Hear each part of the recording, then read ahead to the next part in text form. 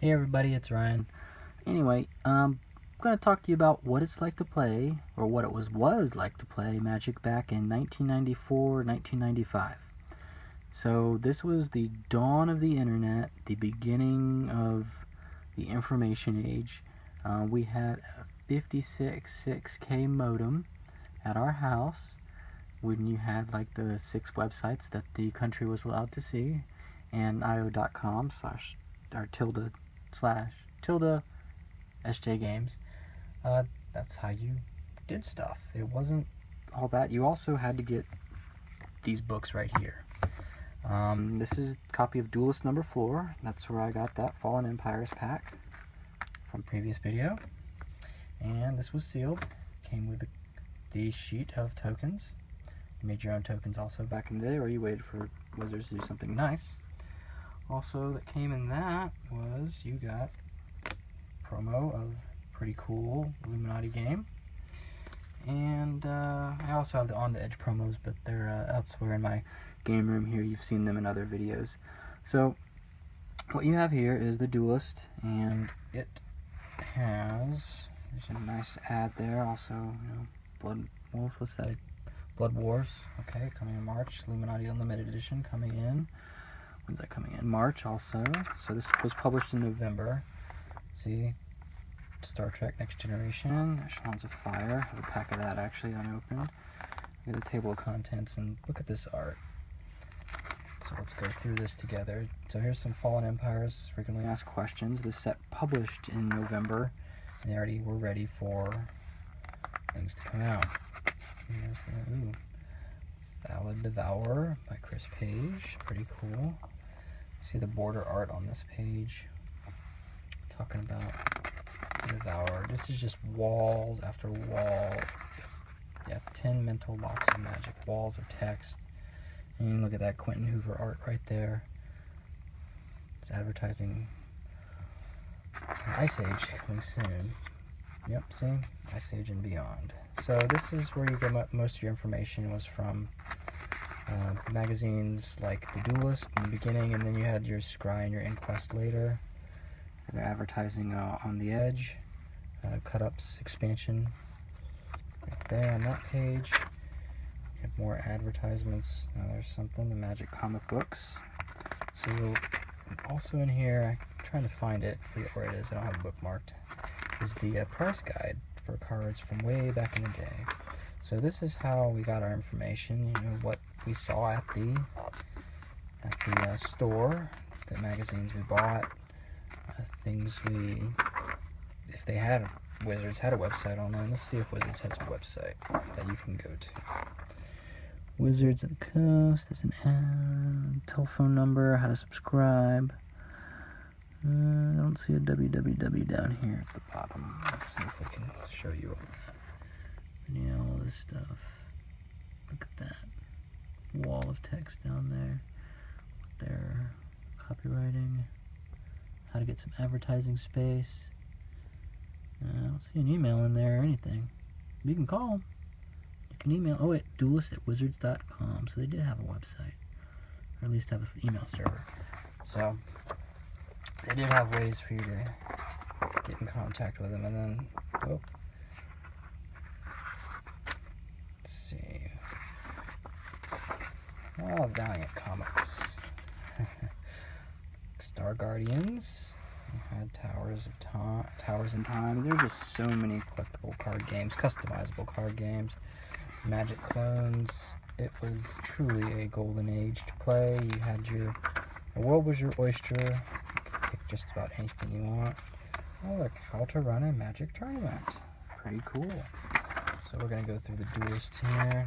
I wanted to show you the price guide. They did have a price guide in here. Oh, big poster. And it was a price guide with New Empires for Galactic Empires. There's a Fallen Empires price guide, which was quite laughable, I thought. Look at that. Look at those prices.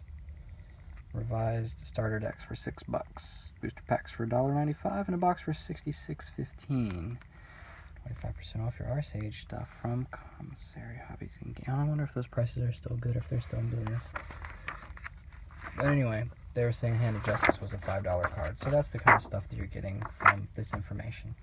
But you want to know what else it was like to play back in 1994. So that's where we got our information, mainly from the magazines.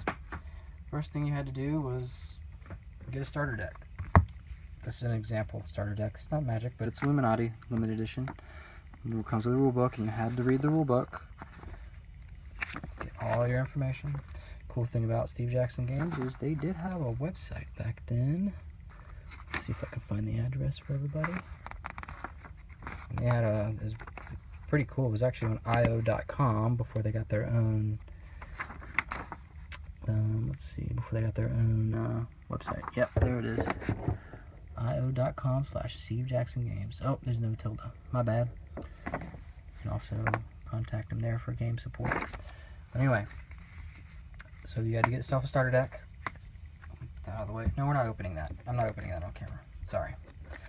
You had to get yourself some booster packs. So in 1994, you weren't going to have those. Those were gone. So we're going to open Fallen Empires. I don't have any revised with me, sorry. I got out of Magic and gave all my cards away way back in the day. So you had to open your booster pack. And this is where you saw what your cards were and you sorted them. So it looks like I'm going red and white. Those are my most colors. I'd open some more packs.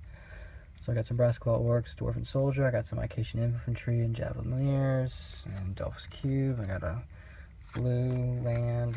Okay, so that's what I'm going to go with. Oh, no sleeves. Sleeves were illegal in Magic cards up until I think 97, 98.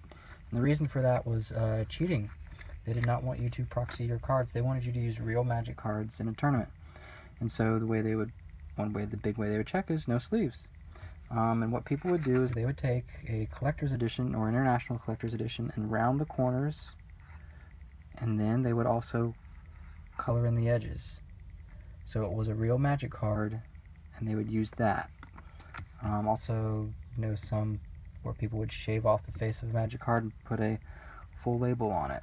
I've actually seen some old played, revised Underground Seas that had full-page label paper over them, and they were proxies. So people would play with proxies, but if you got caught, it's considered cheating. So sleeves were considered a form of cheating. So playing in 94, no sleeves. So these cards do not have sleeves on them. That's the one thing.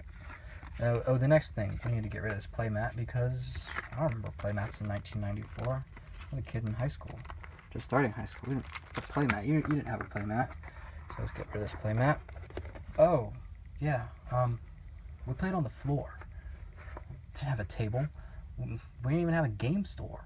I played in a comic book / bookstore that sold Magic on Friday nights on the floor, the dirty carpet, and my cards were in my deck on the floor without sleeves. And that is how we played back in 1994. Game stores didn't start coming until probably about 95, and my first game store that I remember is in Burke Center, shopping center. Let me finish rolling this mat in Virginia, next to the Burger King, and at the time it was a Kmart. I don't think it's a Kmart anymore. So if you remember that store, they had a healthy selection of Magic and Star Trek and Star Wars. So the three big games were Star Trek from Decipher, Star Wars from Decipher, and then Magic. And for posterity, we'll just put this right here. So, cards from Star Trek.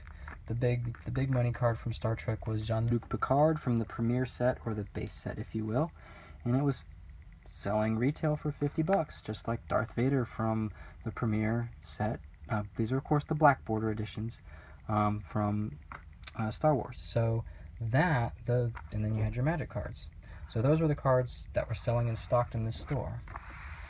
And I think they had a couple tables, but the store that I mainly played at was books. In the other Burke Center shopping center, it's now a Starbucks, and it used to have a Heckinger's in there, but I think it's a Lowe's or a Home Depot now. And they have a Chick-fil-A now, and then I think the Taco Bell's still there, so you can get your tacos. But yeah, it was an old bookstore, and its place smelled like old books and comic books, and they sold Magic. They've since moved. The store's still in business. It's Phoenix Comics now, and they are across the street from George Mason University, the same shopping center as a movie theater and Brian's and all this other good stuff. But I don't think they do magic anymore. I went to their website and I did not see them doing magic. But back in '94, we played in books, on the floor, without sleeves, no playmat. That's how we did it, and that's why the cards are from back then are beat up. The internet was just being born. You did not have net decks. There was no such thing as a net deck. So for all you people who think net decks are the death of the hobby and the death of the industry, we did not have those. So we had to brew with what we had, and we did not have apps to help us brew. Turn this on here. So we did not have apps like Decked Builder to go through and look at all the cards. And I've loaded up everything from Revised and the all expansions up to through Fallen Empires. We had to go with what was published in the magazines. We didn't have card lists with abilities. Don't you love that text? You know, green legends gain bands with other legends, and that's it. And you were supposed to understand what banding was. Now it's a wall of text in the Gatherer articles, which is kind of funny. But we went with what we had, and what we saw in the cases, and what we opened in packs. And that's how you did it. That's how you played. You didn't have a fancy app like this. Mine's all frozen. This is an iPad generation 1, so it's all frozen up. We didn't have fancy crap like this, so that's how we did it. So when you see, like, why are the cards all beat up, or why is this card, a doctored card, or why didn't they use sleeves? Didn't they know better? Yeah, but they were illegal, and we played where we could play with what we had. So, look at that. Wizards of the Coast would like to thank our customers and their distributors from 1994. Look at that. Pretty cool. Pretty cool. Yeah. Oh, and then, you can contact artists. They have their prints for sale. Look at that. Christopher Rush, Amy Weber, and Mayer Jr., and Anson Maddox. Yeah, all the good stuff. So, that's how we played. And that's why we played the way we played. And there were some hyper-competitive folks. I'm sure there were. What's rare, what's not. I need to read this. Lost in the Shuffle by Richard Garfield. That'd be neat to read. But it wasn't that cutthroat hardcore as it is now. So, ooh, designer notes. Those are cool. But there's a lot more information in different places. So, anyway, that's my video here. I believe on Illuminati.